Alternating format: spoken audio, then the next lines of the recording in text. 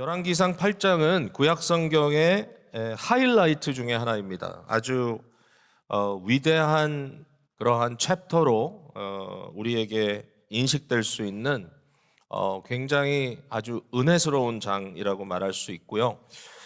열왕기상 하를 통틀어서 아마 가장 고지에 세우는 그러한 장이고, 이후로는 그냥 말 그대로 다운힐, 이제 언덕을 내려가서 이렇게 영광스럽게 봉헌식을 했던 성전이 파괴되는 것으로 열왕기하는 마무리가 되는 것, 아마 여러분들이 상식적으로 알고 계실 거예요. 이러한 이 열왕기상 8장을 저와 여러분이 함께 볼 때에, 사실 이 본문 전체를 오늘 읽었어야 되는데 좀 깁니다. 66절까지 그렇게 하지는 못했는데, 제가 여러분께 지금 권고하고 싶은 것은 이 장을 좀 여러분 다시 한번 읽어보시고요. 특별히 지난주에 요새 그 오디오로 이 목소리로 녹음되어 있는 성경 있지 않습니까? 특별히 드라마 바이블 이래 가지고 이렇게 그 성우들이 굉장히 드라마틱하게 읽어주는 그런 그 프로그램들이 있는데, 유튜브로 들어가도 얼마든지 여러 가지가 나옵니다. 그 중에 좀 여러분 선택하셔서 들으시면, 특별히 이 열왕기상 8장을 반복해서 들으실 때 마치 솔로몬이 기도하는 것 같은 이제 그러한 성우의 목소리를 통해서 솔로몬의 기도를 들으시면, 참 이 기도 자체가 되게 위대하다, 이 기도가 참 아름답다라는 걸 느끼실 거예요. 앞서 우리가 열왕기상을 시작한 이후에 솔로몬의 그 기사를 보면서 솔로몬의 문제점들을 좀 지적을 많이 했습니다. 실제로 그게 사실이고요. 솔로몬은 분명히 부족한 인물이었지만, 그러나 이스라엘의 왕으로 세움받은 자에게 주셨던 하나님의 그 사명, 주신 사명, 왕 같은 제사장의 사명을 제일 그래도 잘 감당하는 모습이 열왕기상 8장에 나온다고 생각을 하는데, 하나님께서 가끔은 사람들을 들어서 쓰시되 참 놀랍게 쓰실 때가 있거든요. 솔로몬을 그렇게 쓰셨던 장면이 아닌가 생각을 해봅니다. 자, 오늘 제가 여러분께 열왕기상 8장을 가지고 말씀을 전할 때 성전이 참 멋있었다든지 성전 자체의 영광을 여러분과 나눌 수도 있을 것이고, 솔로몬이 이처럼 성전을 지은 것을 하나의 헌신으로, 또 우리도 이와 같이 헌신하는 것이 좋겠다라고 말씀드리는 그 방향도 뭐 혹 있을 수 있겠습니다만은, 그러나 제가 이 말씀을 읽고 또 읽었을 때 결국 이 말씀이 우리에게 보여주려고 하는 것은 이 말씀 자체가 아니라 이 말씀을 통해서 여전히 예고되고 있는 예수 그리스도에 대한 이야기라는 것을 생각하게 됩니다. 그래서 오늘 저는 이 말씀을 통해서 예수님이 얼마나 더 위대하신가를 우리가 봤으면 좋겠고요. 그리고 이 성전이 건축됐지만 역시 이제 이 말씀을 기록해 주고 있는 역사가를 통해서 여기에 뭔가 아직은 이루어지지 않았다고 하는 그 텐션을 끊임없이 우리가 좀 봤으면 좋겠고요. 그 안에서 우리 가운데 역사하는 은혜의 모습이 어떤 것인가 좀 저희들이 생각해 보면 좋겠습니다. 좀 빨리빨리 지나갈 텐데 여러분 잘 한번 따라와 보시고, 이런 이야기로 이게 지금 맥이 통하는구나 이렇게 이해해 주신다면 제가 굉장히 행복할 것 같습니다. 오늘 말씀을 통해서 예수님을 좀 볼 수 있으면 좋겠는데요. 모든 게 그렇지만요. 제가 이제 두 가지 파트로 말씀을 드리려고 그래요. 첫 번째는 성전이라는 것이 한 건물에 불과하고 성전에 분명히 어떤 한계가 있지만, 그럼에도 불구하고 이 성전을 가득 채웠던 하나님의 영광의 임재, 영광의 구름이라는 것을 좀 들여다봤으면 좋겠고, 이제 두 번째 파트는 이처럼 하나님의 영광이 임재했음에도 불구하고 뭐가 문제인가? 뭐가 문제인가? 여전히 문제점을 이 역사가가 지적하고 있다는 것, 이걸 가지고 저희들이 좀 이 상황을 파악을 하고, 그럼 우리가 어떻게 이 말씀을 적용할 수 있을지 같이 좀 고민을 해봤으면 좋겠어요. 첫 번째는 성전을 가득 채웠던 하나님의 영광의 구름에 대한 얘기입니다. 실제로 하나님의 영광이 이 건물에 임재했습니다. 여러분 8장 우리가 읽었죠? 10절과 11절 말씀을 다시 제가 읽어봅니다.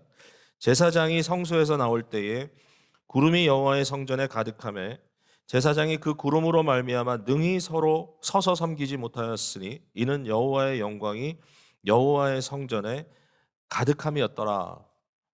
여호와의 이 영광의 구름이 성전을 가득 채워서 인위적으로 할 수 있는 모든 것들이 불가능해지는, 결국은 하나님의 영광으로 말미암아 사람의 일이 감추어지고 하나님의 영광만이 드러나는 그러한 역사가 있었다라는 얘기입니다. 여기에 등장을 하는 이 영광의 구름, 이 구름에 대해서 잠깐 말씀을 드리면 분명히 구약 성경에 또 신약으로도 이어집니다마는 이 구름이라는 것은 하나님의 임재의 상징으로 드러납니다. 이 구름이 영광의 구름, 글로리 클라우드라고 이렇게 이야기를 하는데요. 여러분이 영광의 구름을 어디서 만나셨습니까? 성경을 읽으실 때. 어떤 분들은 창세기 2장부터 영광의 구름이 나타난다고 이렇게 이야기하는 구약 학자도 있는데요. 뭐 거기까지는 제가 가지는 않더라도 일단 제일 뚜렷하게 나타났던 것은 시내산이죠. 시내산 꼭대기에 하나님의 보좌가 내려왔습니다. 그러니까 이건 진짜 하나님의 은혜의 임재입니다. 백성들 앞에. 하나님께서 출애굽기에 그런 말씀을 하셨어요. 내가 내 백성을 애굽에서 구원해낸 이유는 내가 그들 가운데 있기 위함이라 이렇게 얘기했어요. 하나님은 임재하시고자 하시는 의도를 가지시고 백성들을 불러내셨고 그 하나님의 임재, 하나님이 함께 동행하시는 그 임재의 사인으로 시내산 꼭대기에 구름이 가득 찼습니다. 가득 그 산을 둘렀어요.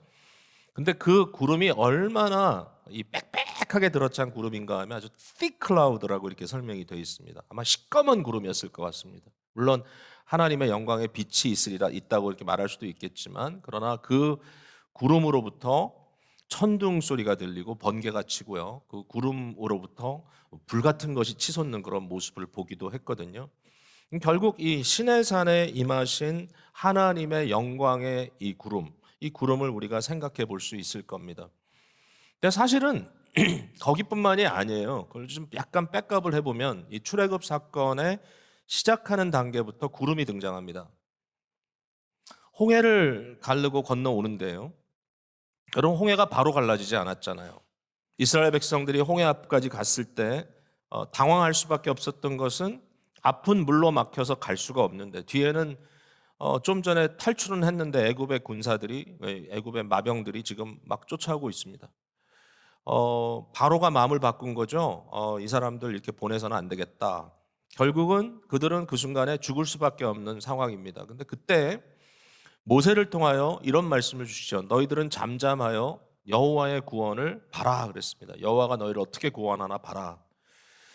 아시다시피 그냥 밤새 바람이 불었어요. 밤새 바람이 불어가지고 홍해가 갈라지고 홍해를 마른 땅처럼 건넜습니다. 근데 그 일이 있기 전에 굉장히 중요한 디테일이 하나 있어요. 왜냐하면 시간이 걸렸잖아요. 이걸 어떻게 그럼 그 시간을 도대체 이 애굽의 군대로부터 이스라엘을 지킬 수 있었을까? 거기 여러분 보시면 어떤 내용이 나오냐면 그 애굽의 군대들과 이스라엘 백성들 사이에 구름이 임합니다. 구름이.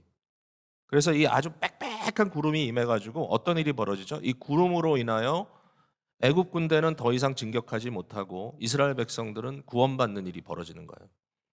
이것도 하나님의 영광의 구름입니다. 근데 영광의 구름이 그런 상황에 봤을 때는 이게 멸망당하는 자들에게는 심판의 사인이고 구원받는 자들에게는 하나님의 영광의 구원의 상징이구나. 이걸 볼 수가 있어요. 자, 이거를 조금만 더 백업을 해보면 또 이런 게 나와요. 여러분 10가지 재앙이 있잖아요. 10가지 재앙 중에 9번째 재앙이 뭔지 아세요? 네, 생각이 팍 떠오르진 않죠. 이제 9번째 재앙이 뭐냐면은 온 애굽 땅에 어둠이 임하는 재앙이에요. 어둠이 임하는 재앙. 많은 분들이 이것을 일식 현상으로 이해를 해요. 해가 이렇게 가려지는. 근데 일식 현상이 아닌 이유가 있어요. 뭐냐면은 이스라엘 백성들이 살고 있던 고센 땅에는 해가 쨍쨍 비쳤어요. 그러면 이게 뭐지? 그러니까 이것도 바로 이 하나님의 영광의 구름이 이 상황 속에는 심판의 구름으로 빽빽한 구름으로 애굽을 덮었다는 것을 생각해 볼 수 있어요.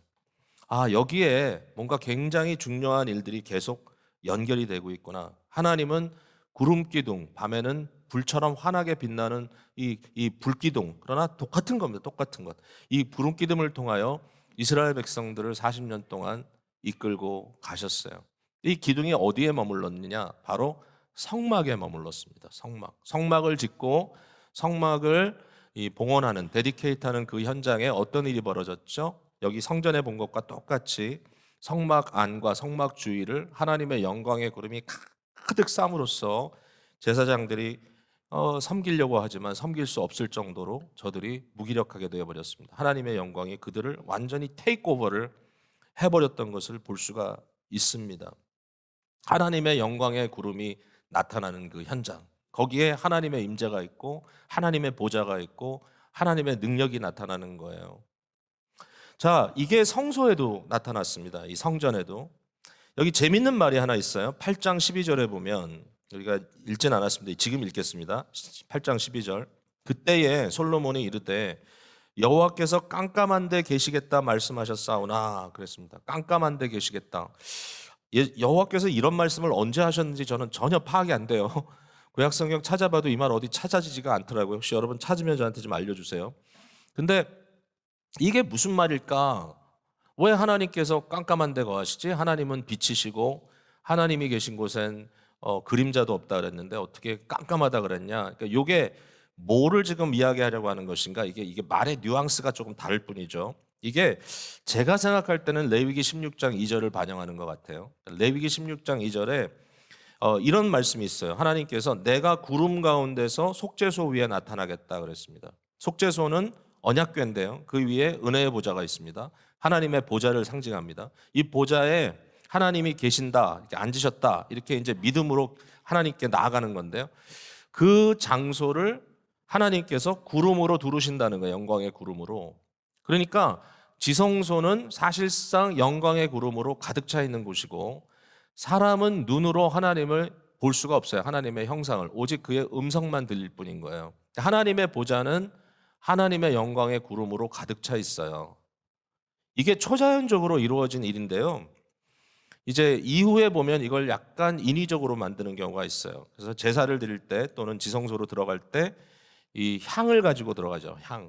그래서 향의 연기가 그 방을 가득 채움으로써 아무것도 보이지 않도록 이렇게 만드는, 이건 좀 인위적인 방법이고요. 이것이 아니라 하나님의 영광의 구름이 임하는 그곳에 하나님의 보좌가 있다라는 것을 저희들이 생각해 볼 수 있습니다.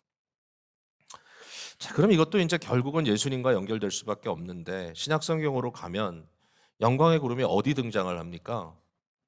여러분 한번 막 생각해 보세요. 어디에 영광의 구름이 등장을 하는지. 제가 한 군데를 말씀드리면 바로 변화산 상입니다. 예수님께서 변화산에 제자들을 데리고 오르셨어요. 세 제자를 데리고 가셨는데 그 변화산에서 영광스러운 모습으로 변화되셨죠. 그때에 놀랍게도 예수님 곁에 모세와 엘리야 두 사람이 함께 섰습니다. 셋이 무슨 얘기를 했는지, 예수 그리스도의 이 출애굽에 대한 이야기를 했다. 즉 그리스도의 죽음에 대한 이야기를 했다라고 그렇게 기록되어 있습니다. 근데 이 굉장히 상징적인 인물이잖아요. 하나님께서는 모세를 통하여 그를 만나서 백성들에게 말씀하셨고 하나님께서는 엘리야를 통하여 백성들에게 선포하셨단 말이에요. 이 유명한, 어떻게 보면 구약을 대표하는 두 명의 선지자가 예수님과 함께 섰는데 베드로가 그 모습을 보고 너무 황홀해가지고 횡설수설합니다. 우리가 장막 셋을 지어서 하나는 예수님 위해서, 하나는 모세 위해서, 하나는 엘리야 위해서 여기가 좋사오니 뭐 이런 얘기를 하잖아요. 그때 갑자기 어떤 일이 벌어졌죠?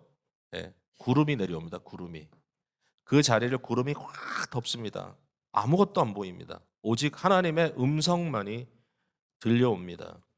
그 음성이 무슨 소리로 들렸든지 여러분 기억하세요? 그 음성에 이런 말이 들렸어요. 소리가 나서 이르되 이는 내 사랑하는 아들이요 내 기뻐하는 자니 너희는 그의 말을 들으라. 이게 굉장히 상징적인 말이에요. 왜냐하면 구약에는 모세를 통해 들었고 구약에는 엘리야를 통해 들었지만 이제 마지막 때에 하나님은 오직 그의 아들을 통해서 말씀하신다. 예수 그리스도만이 온전한 하나님의 보좌에 흘러나오는 음성이다. 이 영광의 보좌가 그리스도 예수를 통하여 선포되는 이러한 역사를 여기서 말하고 있죠. 이러한 일이 있은 이후에 거기에 설명되어 있는 건 뭐냐면 아무것도 이제 아무도 보이지 않고 예수님만 보였다. 이처럼 굉장히 그 재밌는 연결고리들이 지금 계속해서 발견되고 있습니다. 이 영광의 구름, 하나님께서 모세를 호렙산에서 만나셨죠. 호렙산에서 부르셨고 엘리야도요 호렙산에서 만나셨습니다. 엘리야가 하나님을 호렙산에서 만날 때는 회오리바람이 지나가고 거대한 불이 확 지나가도 그냥 지나갔는데 그 이후에 미세한 소리로 하나님께서 그를 만나셨습니다.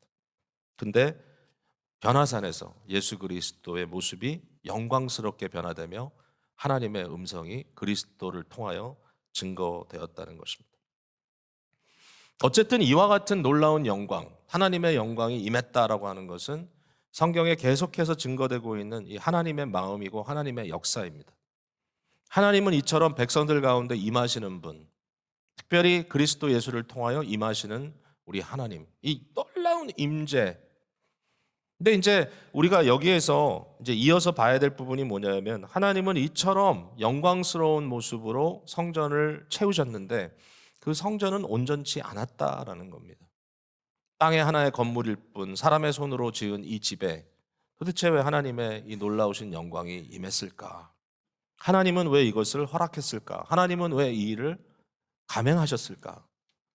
하나님의 레퓨테이션이 문제가 아닐까? 결국 멸망당할 수밖에 없었던 이 성전에 하나님께서는 왜 영광의 구름으로 임재하셨을까? 저는 이제 여기에 대한 답은 하나님의 은혜밖에 없다고 생각해요. 사람이 집을 져놓고 거기 하나님이 임하십시오. 되나요? 안 됩니다. 근데 하나님께서 응답하셨다는 것은 하나님의 은혜의 하감, 하나님께서 은혜로 저들 가운데 내려오셨다는 것인데 잘 생각해 보면 이게 기독교의 메인 핵심 메시지입니다. 하나님이 준비된 장소로 오신 게 아니라 하나님이 완벽한 곳으로 오신 게 아니라 하나님이 망가질 곳, 아직 죄가 있는 곳, 죄가 심지어는 관영한 곳에 은혜로 오시는 것. 여기에서 우리는 뭔가 기대를 좀 할 수 있겠죠. 자, 어쨌든 성전이 온전치 못했다는 것을 제가 어떻게 프루브하겠어요? 말씀을 통해 얘기할 수밖에 없죠. 두 가지 불안한 요소를 여러분께 나눠볼게요. 왜 불안한가? 여기에 이제 여러 가지 우리가 발견할 수 있을 거예요. 그러나 특별히 좀 눈에 확 들어오는 게 있어요. 그게 뭐냐면 언약궤 얘기입니다. 8장 9절을 한번 볼게요. 자, 언약궤가 무시무시하죠. 이거 잘못 만졌다가 막 죽기도 하고 언약궤를 열어봤다가 사람들이 막 죽기도 하고 언약궤 무시무시한데 이 언약궤의 이 이동을 위해서 많은 짐승들이 이제 제사에 희생되기도 하고 이러면서 이제 쭉 이게 이제 이행이 됩니다. 그래서 결국은 이 언약궤가 지성소 안에다 이제 모시게 됐어요. 근데 굉장히 재밌는 말을 여기 이 저자가 하고 있어요. 역사가의 증거예요.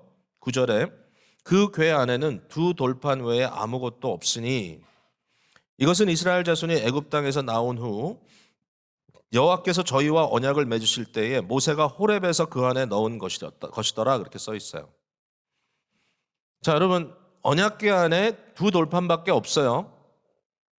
이걸 왜 구태여 얘기를 해야 됐을까? 여기서 왜 역사가는 이것을 여기에 기록했을까? 언약궤는 누가 열고 볼 수도 없어요. 이거 봤다가는 난리 나요. 그러니까 이게 뭐가 들어있는지 사실 뭐가 남아있는지 모를 수도 있잖아요. 근데 우리가 성경의 이제 역사를 통해 아는 건 뭐냐면은 원래 언약궤 안에는 세 가지의 물건이 들어가 있어야 돼요. 여러분 아시죠? 십계명 돌비가 들어가 있는 거 맞고요. 두 번째로는 만나를 담았던 금항아리가 들어가 있어야 돼요. 세 번째는 아론이 하나님께서 선택한 제사장이라는 것을 증명하는 아론의 쌍난 지팡이가 거기 들어가 있어야 됩니다. 자, 이 세 가지 물건이 들어가 있어야 되고요. 이게 신약 성경에도 증명이 됩니다. 히브리서 9장 4절에 뭐라고 확인했냐면은 이 법궤 얘기를 하면서 그 안에 만나를 담은 금항아리와 아론의 쌍난 지팡이와 언약의 돌판들이 있었고 이렇게 기록을 해놨어요. 그러니까 실제로 언약궤 안에는 이 세 가지의 물건이 있어야 되는데 심각하게도 그 궤 안에는 두 개는 분실되고 하나밖에 남아있지 않습니다. 이처럼 불경한 사건이 있을 수 있겠습니까? 주석가 중에 한 사람은요, 요걸 아마 견딜 수 없었던 모양이에요. 그래서 어떻게 해석을 했냐면은 성전을 짓고 그 지성소를 지었을 때 지성소 안에 사이즈를 좀 넉넉하게 지면서 거기에 옆에 이제 뭐 상 같은 것도 놓고 이랬기 때문에 지성소에 들어갔을 때는 이 법궤를 열고 거기에서 만나를 담았던 항아리는 옆에 상 위에 올려놓고 아론의 쌍난 지팡이도 옆에 상에다 올려놓고 그 궤 안에는 돌비만 집어넣어 놨었다라고 그렇게 주석을 한 주석가의 글을 읽고 제가 이분의 상상은 너무 화려하다라고 생각했습니다. 아무 근거가 없습니다. 그렇게 이해할 근거가. 예, 지성소가 얼마나 사이즈가 컸는지 뭐 우리가 물론 이제 재보면 여기 나오니까 알겠지만 그러나 심지어는 언약궤를 메었던 그 채가 있는데 폴이 있는데 그 폴의 길이가 길어서 이 채 끝이 지성소에 이렇게 딱 있지 않고 그 컬튼에 이렇게 약간 삐져나오는 그런 모습으로 있었다는 이런 좀 뭔지 몰라도 좀 딱 맞지 않는 것 같은 그림까지도 역사가가 그려주고 있어요. 뭔가 좀 이슈가 있다. 도대체 왜 궤 안에는 두 돌판밖에 없었을까? 일종의 이걸 뭐 역사가의 양심선언이라 해야 되나요? 미화시키기보다는 뭔가 부족함이 있었다라는 얘기를 합니다. 왜 그랬을까? 여기에 대한 저의 답은 이거예요. 저의 답은 여러분이 만족할지는 모르겠지만 저의 답은 지금 이 역사를 기록하고 있는 역사가의 안목은요. 처음부터 끝까지 보는 안목이잖아요. 그러니까 지금 우리는 8장을 읽고 있지만 사실은 열왕기하 끝까지 역사가는 보고 있단 말이죠. 그러니까 이 성전이 이처럼 결국은 버림받아 멸망당하는 처지로 갈 텐데 지금 이 성전에 모든 소망을 걸 수가 없는 거예요. 그러니까 역사가의 입장에서는 이게 아니구나. 이것이 전부일 수 없겠구나. 여전히 우리는 미래에 우리에게 도래할 또 다른 그 무엇, 완벽한 것을 기다려야 되겠구나. future expectation, 미래에 대한 어떤 그 열망을 표현하고 있는 그런 내용이 아닌가. 여러분 뭐 가끔 우리가 심지어는 정치인에 대해서도 막 열광하고요. 뭐 미국도 이제 대선해야 되는데 좀 불안한 일이 많아요. 근데 어쨌든 이런 것들을 보면 사람들은 뭔가 이 시대에 그 사람을 통해서 모든 문제가 해결될 것처럼 그렇게 이야기를 하는데 역시 그건 아니죠. 사람이 완벽합니까? 완벽하지 않을 뿐만 아니라 이건 진짜 뭐 뻔할 뻔짜일 때가 많아요. 성전을 졌어요. 아름다운 성전을 졌습니다. 그러나 그 성전에 대해서도 정말 양심 있는 역사가는 여기에 우리 모든 소망이 완성됐다라고 미화시키지 않는다는 거예요. 그 성전의 문제점을 지금 제시하고 있다는 거예요.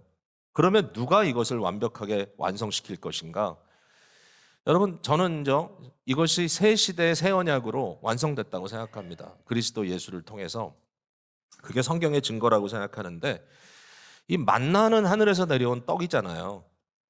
하늘에서 하나님께서 부어주신 생명의 떡입니다. 만나 먹고 40년 살았습니다. 실제로 먹고 살았거든요, 이 사람들이. 예수님께서 뭐라 그랬어요? 나는 하늘로부터 내려온 떡이다. 굉장히 영적인 말씀이죠. 그러나 영적으로 지음받은 저와 여러분, 하나님의 형상대로 지음받은 인간인 우리들은 떡으로만 살 것이 아니고 하나님의 입에서 나오는 말씀으로 살잖아요.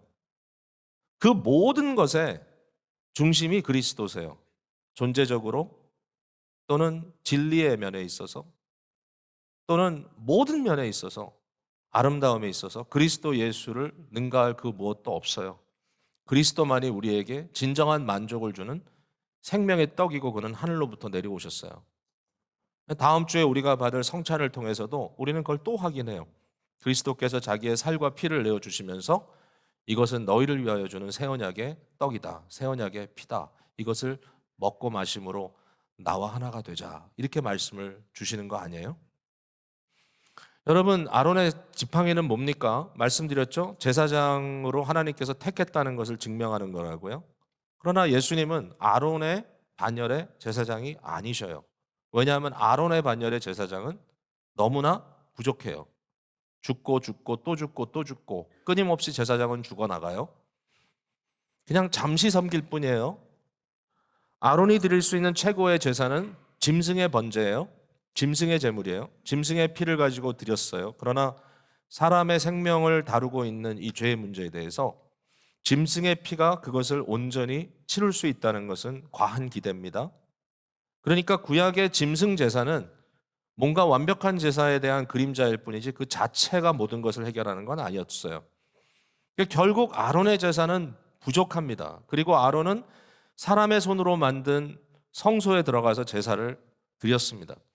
그러나 우리 주 예수 그리스도는 하나님께서 부르신 진정한 대제사장이십니다. 위대한 대제사장. 그는 아론의 반차가 아니라 영원한 멜기세덱의 반차의 제사장이 되셨다고 히브리서는 말하죠. 그는 짐승의 피가 아닌 자기의 보혈의 피를 가지고 완벽한 순결한 그리스도의 피를 가지고 제사를 드렸다고 했고요. 예수님은 자기 자신을 제단 위에 올려드렸고 그 결과로 그리스도의 피를 통하여 우리가 죄사함의 제사를 우리가 수혜자로 받게 되는데 그 결과 그 현장이 어디입니까? 사람의 손으로 만든 곳이 아니라 부활하신 주님께서는 하나님 보좌 앞으로 올라가셔서 결국은 영원한 하나님의 성소인 하늘 지성소에서 예수 그리스도는 자기의 피를 가지고 우리를 위하여 지금도 중보하고 계시는데 그분은 죽고 또 죽고가 아니라 이제는 부활하신 영원한 구원자가 되셨다는 사실을 여러분 믿으십니까? 그렇다면 이것도 예수님을 통해서 완성된 거 아닌가요? 모세의 두 돌비는 뭡니까? 여러분, 여기에는 십계명이라고 하는 영원한 이 도덕률이 새겨져 있습니다. 근데 생각해 보면 도덕률이 새겨져 있지만 돌비는 한계가 있습니다. 이 돌비를 가지고는 사람이 변할 수는 없어요. 도덕률은 뭐가 죄인지를 보여주지만 그 죄의 문제를 해결치 못해요. 사실 생각해 보면 이 돌비는 오리지널 돌비도 아니에요.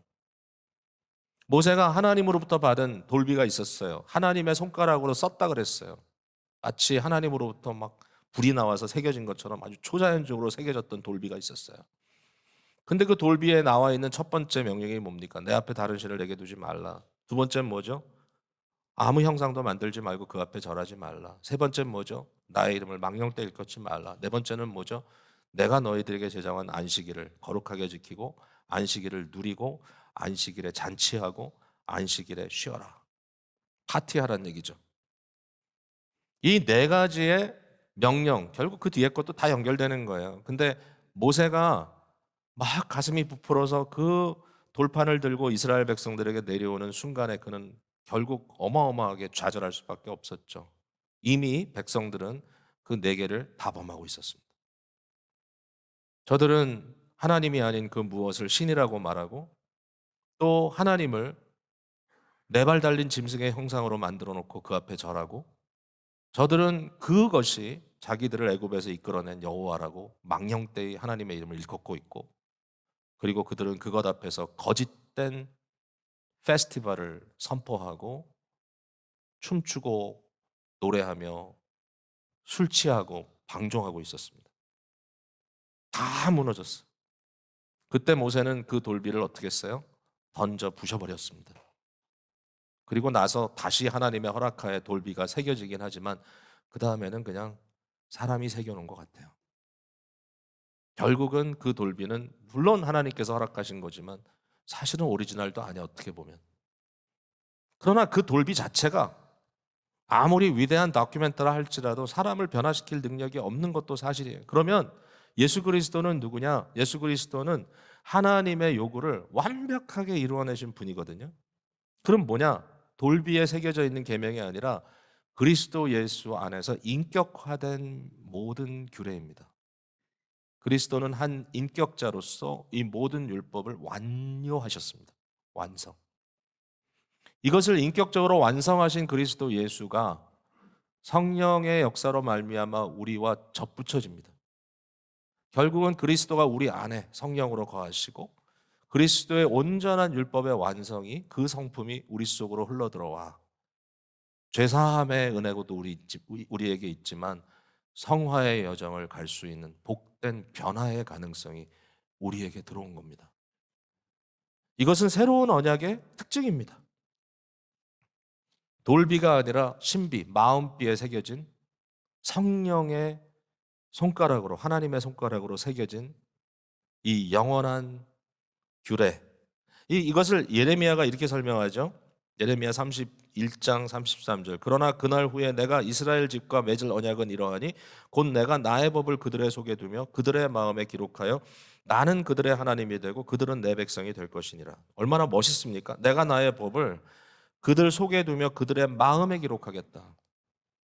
이것이 그리스도 예수 안에 이루어진 언약궤가 상징하는 바 온전한 하나님의 은혜의 모든 베네핏이죠. 결국 이것이 우리에게 주어져 있다.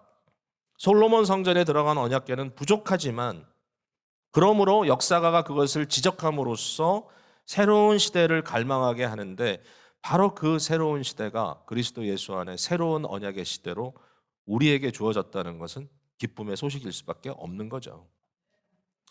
자, 하나만 더 불안한 요소를 얘기하고 이제 말씀을 정리해 볼게요. 또 하나 불안한 요소는 뭐냐면 하나님의 거하시는 처소라고 하는 개념이에요. 하나님이 거하시는 곳. 솔로몬의 말 속에는 모순이 있어요. 자, 8장 13절을 한번 읽어볼게요. 8장 13절. 내가 참으로 주를 위하여 계실 성전을 건축하였사오니 주께서 영원히 계실 처소로소이다. 이렇게 얘기를 합니다. 너무너무 솔로몬이 이제 흥분을 한 거죠. 왜냐하면 하나님의 거룩하신 이 구름, 이 영광의 구름이 임재한 걸 보고 솔로몬이 너무너무 막 이 고조돼가지고 내가 참으로 주를 위하여 계실 성전을 건축했습니다. 하나님 내가 너무 잘했죠. 이러면서 이제 얘기를 하는 겁니다. 주께서 영원히 거할 계실 처소로소이다. 그런데 조금 지나면 제정신이 다시 찾아오죠. 27절 말씀 우리 함께 같이 보겠습니다. 27절 말씀. 자, 함께 볼게요. 시작. 하나님이 참으로 땅에 거하시리이까 하늘과 하늘들의 하늘이라도 주를 용납하지 못하겠거든 하물며 내가 건축한 이 성전이 오리까. 여러분 맞습니다. 하늘 위에 하늘들이라도 하늘들 위에 하늘이라도 하나님을 용납할 수 없는데 왜냐하면 그것 역시 피조물이거든요. 어떻게 이 하나님이 거하실 집을 이 구석진 한 장소에 솔로몬이라고 하는 왕이 아무리 그에게 많은 것이 있었다 할지라도 한 인간이 불과 7년 건축하여 드린 이 건물이 하나님의 영원한 보좌로 사용될 수 있겠는가? 이게 좀 말이 안 된다는 거죠. 그러니까 이제 솔로몬이 참 이 부분에 있어서는 너무나 잘 말을 하고 있어요. 그게 계속 이어지면서 이 성전에 대해서 얘기할 때 하나님 그러나 이 성전을 하나님께서 사용해 주시기를 원합니다 하면서 성전을 향하여 이스라엘 백성들이 기도할 때 그 기도를 들어주시는데 어디서 들어주십니까? 솔로몬이 말하기를 주께서 계신 곳 하늘에서 들으시고 30절에도 읽었죠. 주께서 계신 곳 하늘에서 들으시고 사하여 주옵소서. 응답하여 주옵소서. 결국은 계속 이어지는 기도 속에 하나님의 처소는 성전이 아니고 하늘입니다. 하늘. 자, 그렇다면 성전은 어떤 의미를 갖고 있는가라고 질문해 볼 수 있겠죠. 그럼에도 불구하고 하나님은 왜 성전을 허락하셨을까? 거기에 대한 한 가지 답은 뭐냐면요. 하나님께서 출애굽 당시에 이스라엘 백성들에게 내가 한 장소를 정해서 거기에 내 이름을 두고 너희를 그곳으로 와서 나를 만나게 하겠다라고 하신 말씀이 있어요. 이스라엘의 장정들은 1년에 3번씩 절기를 맞이해서 하나님을 뵈러 와야 합니다. 결과적으로 그게 어디가 됐죠? 예루살렘이 됐습니다. 그리고 그곳이 성전이 됐습니다. 하나님의 이름을 두신 곳. 자, 29절입니다. 29절에 주께서 전에 말씀하시기를 바로 그 얘기를 하는 겁니다. 전에 말씀하지 않으셨습니까? 내 이름이 거기 있으리라 하신 그곳. 이 성전, 지금 제가 지은 이 성전이 바로 주의 이름이 있는 그곳이 되기를 소망합니다. 이 성전을 향하여 그럼 뭐가 필요하죠? 주의 눈이 주야로 이곳을 보시고 주의 종들이 이곳을 향하여 비는 기도를 주께서 귀담아 들어주십시오. 주의 마음을 기울여 주십시오라고 부탁을 하는 거예요. 하나님께. 이게 혹시 그것이 될 수 있을까요? 하나님이 응답하시죠. 자, 9장으로 넘어갑니다. 기브온에서 하나님께서 솔로몬에게 두 번째 나타나신 사건입니다. 9장으로 가면 3절에 여호와께서 그에게 이르시되 내 기도와 네가 내 앞에서 간구한 바를 내가 들었은즉 나는 네가 건축한 이 성전을 거룩하게 구별하여 그래 내가 이 성전을 구별하여 사용할게. 어떻게 해요? 내 이름을 영원히 그곳에 두며 내 눈길과 내 마음이 항상 거기 있으리니. 이렇게 은혜로운 말씀이 어디 있어요? 하나님이 내 이름을 거기에 두고 내 눈길과 내 마음이 항상 거기 있겠다라고 이 성전을 택하여 쓰시겠다고 말씀하셨어요. 솔로몬의 간구한 것처럼. 그런데 조건이 하나 나오죠. 조건이 6절에 그러나 만일 너희나 너희 자손이 아주 돌아서서 나를 따르지 아니하며 내가 너희 앞에 둔 나의 계명과 법도를 지키지 아니하고 가서 다른 신을 섬겨 그것을 경배하면 내가 이스라엘을 내가 그들에게 준 땅에서 끊어버릴 것이요 내 이름을 위하여 내가 거룩하게 구별한 이 성전이라 할지라도 내 앞에서 던져버리리니 이스라엘은 모든 민족 가운데 속담거리와 가십거리가 될 것이다. 여러분, 이 놀라운 이 만일, 이 컨디션, 이게 어떻게 됐죠? 결국은 그대로 돼서 열왕기하가 끝나는 그 부분에 성전은 바벨론에 의해서 완전히 무너지게 됩니다. 불타버리고요. 하나님이 치워버렸습니다. 결국 하나님께서 위대한 약속을 주셨지만 그러나 성전은 그 일을 감당하지 못하고 부셔져 버렸던 것이죠. 참 너무너무 이 모든 스토리가 우리를 슬프게 하는 것 같아요. 하나님께서는 그의 백성과 함께 거하기 위하여 그들을 구원하셨고 하나님은 하나님의 거하심의 표징으로 성소를 선택하셨고 거기에 결국 그것을 향하여 기도하는 자들의 소리를 들어주셨는데 결국 저들은 하나님과의 언약을 지키지 못함으로 그 성전의 의미는 결국은 파괴되고 말았다. 무너지고 말았다. 이스라엘 백성들에게 이 성전은 애틋한 현장이에요. 애틋한 현장이에요. 여러분 제가 하나만 보여드릴게요. 자, 8장 어디로 가냐면요. 48절을 한번 보세요. 48절. 이스라엘 사람들이 범죄했을 때 하나님께서 그들에게 진노하셔서 그들을 외국의 포로로 잡혀가게 한단 말이에요. 근데 48절에 깨달아요. 자기들이 잘못했다는 것을. 자기를 사로잡아간 적국의 땅에서 그러므로 하나님께 기도합니다. 우리가 죄를 지었습니다. 우리를 회복시켜달라고. 여기 보니까 자기를 사로잡아간 적국의 땅에서 온 마음과 온 뜻으로 주께 돌아와서 주께서 그들의 조상들에게 주신 땅, 곧 주께서 택하신 성읍, 예루살렘이죠. 그것과 내가 주의 이름을 위하여 건축한 성전이 있는 쪽을 향하여 주께 기도하거든 주는 계신 곳 하늘에서 그들의 기도와 간구를 들으시고 그들의 일을 돌봐달라. 여러분 누구 생각납니까? 바벨론의 포로로 잡혀갔던 다니엘 생각나잖아요. 다니엘이 이 기도를 의지하고 이 말씀을 의지하고 하루에 3번씩 예루살렘을 향하여 창문을 열고 하나님께 기도했어요. 우리를 회복시켜달라고. 성전은 이미 다 무너졌는데 그러나 이 기도를 기억하고 하나님께 나가는 애틋한 다니엘의 마음을 여러분 한번 생각해 보십시오. 근데 너무 감사하게도요. 건물은 무너졌지만 하나님께서 택하신 성전은 더 위대하게 세워졌습니다. 그 성전은 누구냐? 바로 말씀이 육신이 되어 장막을 입고 이 세상에 오신 그리스도 예수십니다. 참 성전 되신 그리스도, 하나님은 그에게 자기 이름을 두셨습니다. 뭐라고 이름하셨죠? 임마누엘, 하나님이 우리와 함께 하신다. 그 이름을 그리스도에게 주시고 그리스도를 곧 하나님이시라, 그리스도를 곧 하나님의 임재하심이며 하나님 자신이 이 땅에 강림하신 것이다라고 말씀은 우리에게 보여주고 있습니다. 여러분 우리에게는 무엇을 주셨습니까? 바로 그 성전, 하나님의 그 이름을 우리에게 주셨습니다. 우리에게 그리스도의 이름, 임마누엘의 이름을 주시고 그리스도의 이름으로 기도하라고 하셨을 때 진정한 성전의 모든 베네핏이 그리스도 예수를 통하여 우리에게 주어지더라 하는 것입니다. 신약성경을 보면 멋진 장면들이 많이 나옵니다. 사도행전 3장에 이런 장면이 있어요. 베드로와 요한이 예루살렘에 있는 성전으로, 당시에 이제 헤롯의 성전이죠.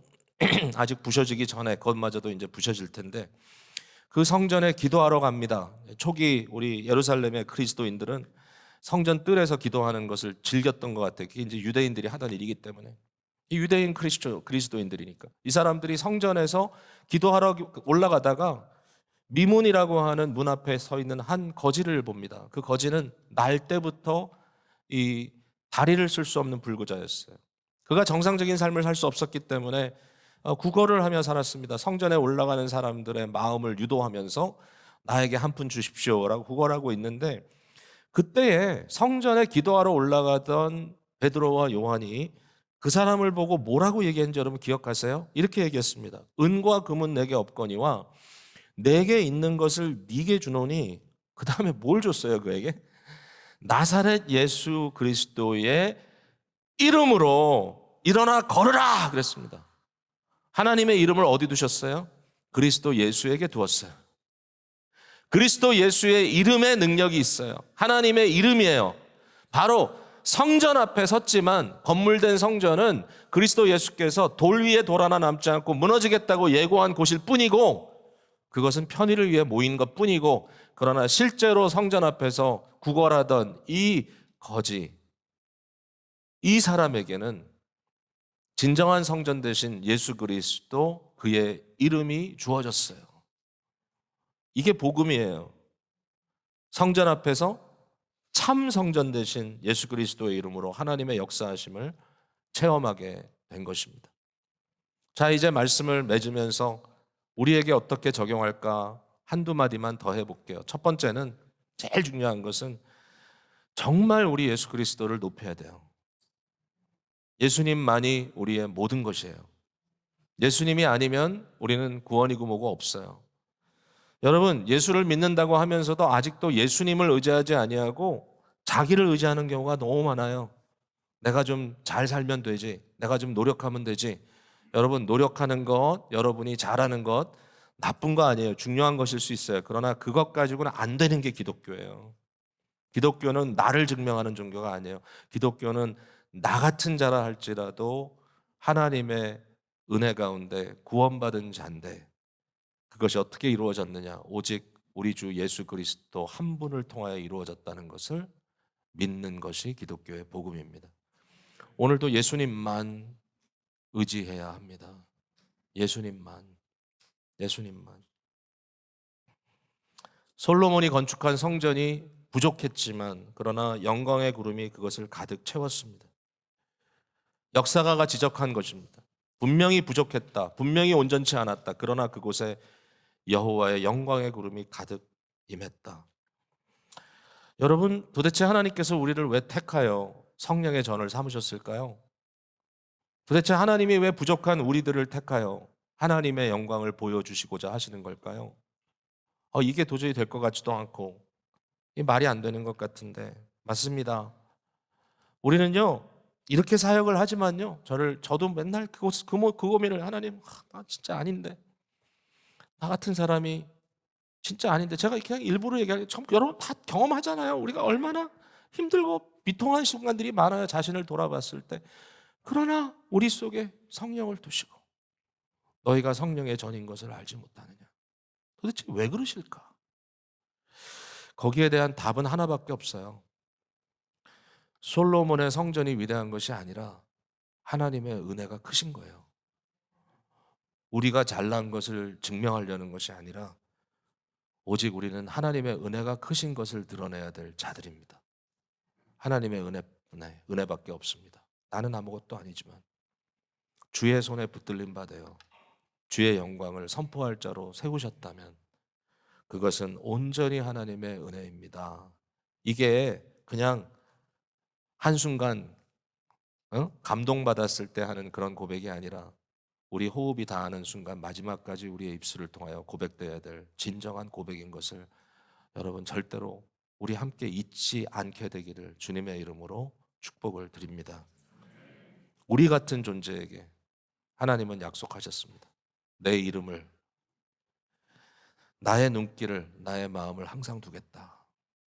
지금도 우리는 머릿돌 대신 예수 그리스도에게 이어져 작은 돌 하나, 작은 벽돌 하나로 계속하여 하나님의 거룩한 성전으로 지음을 받고 있는 공동체입니다.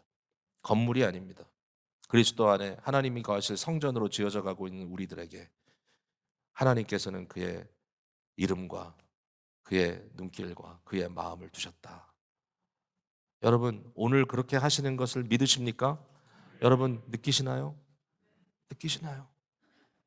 우리도 실패하면 어떻게? 하나님이 우리를 버리지 않으실까? 나도 흐트러 버리지 않으실까? 여러분, 하나님은 절대로 그렇게 안 하십니다.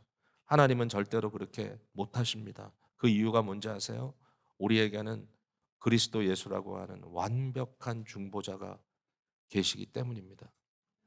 다른 사람 다 실패했습니다. 솔로몬도 실패했습니다. 심지어는 모세도 사실은 온전하지 못했습니다. 그러나 그리스도 예수는 처음부터 마지막까지 믿음의 경주를 책임져 주실 영원한 구원자가 되시고요. 그는 하나님 앞에 모든 언약을 완전하게 성취하신 분이시기 때문에 우리가 실패하더라도 그리스도 예수 안에 있는 우리들은 오직 하나님이 그리스도를 통하여 실패한 자로 보시지 아니하시고 의로운 자라고 선언해 주십니다. 이게 놀라운 은혜요. 놀라운 우리의 근거입니다. 오늘도 이 말씀 붙들고 새 힘 얻어 살아가시는 여러분들 되시기를 주님의 이름으로 축복을 드립니다.